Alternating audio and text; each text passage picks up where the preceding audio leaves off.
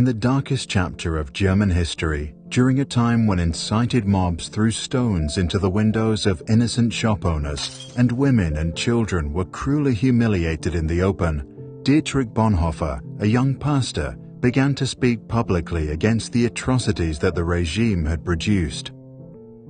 After years of trying to change people's minds, Dietrich Bonhoeffer came home one evening and his own father had to tell him that two men were waiting in his room to take him away. In prison, Bonhoeffer began to reflect on how his country of poets and thinkers had turned into a collective of cowards, crooks, and criminals. Eventually, he concluded that the root of the problem was not malice, but stupidity. In his famous Letters from Prison, Bonhoeffer argued that stupidity is a more dangerous enemy of the good than malice, because while one may protest against evil, it can be exposed and prevented by the use of force. Against stupidity, we are defenseless. Neither protests nor the use of force accomplish anything here. Reasons fall on deaf ears. Facts that contradict a stupid person's prejudgment simply need not be believed, and when they are irrefutable, they are just pushed aside as inconsequential, as incidental. In all this, the stupid person is self-satisfied and, being easily irritated, becomes dangerous by going on the attack. For that reason, greater caution is called for when dealing with a stupid person than with a malicious one. If we want to know how to get the better of stupidity, we must seek to understand its nature. This much is certain. Stupidity is, in essence, not an intellectual defect, but a moral one.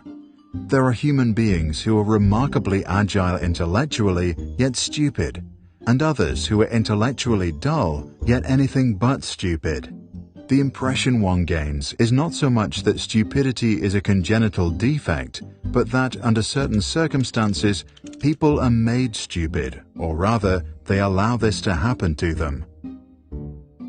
People who live in solitude manifest this defect less frequently than individuals in groups, and so it would seem that stupidity is perhaps less a psychological than a sociological problem.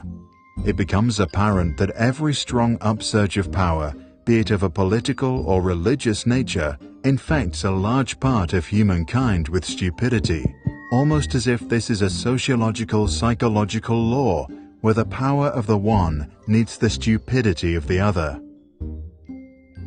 The process at work here is not that particular human capacities such as intellect suddenly fail. Instead, it seems that under the overwhelming impact of rising power, humans are deprived of their inner independence and, more or less consciously, give up an autonomous position. The fact that the stupid person is often stubborn must not blind us from the fact that he is not independent. In conversation with him, one virtually feels that one is dealing not at all with him as a person, but with slogans, catchwords and the like that have taken possession of him. He is under a spell, blinded, misused, and is abused in his very being. Having thus become a mindless tool, the stupid person will also be capable of any evil, incapable of seeing that it is evil.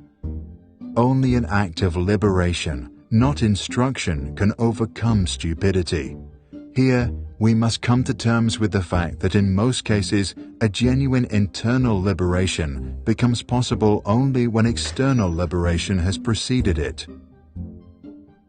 Until then, we must abandon all attempts to convince the stupid person.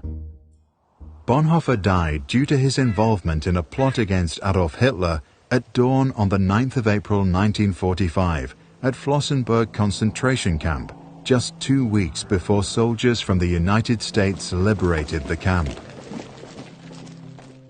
Action springs not from thought, but from a readiness for responsibility. The ultimate test of a moral society is the kind of world that it leaves to its children.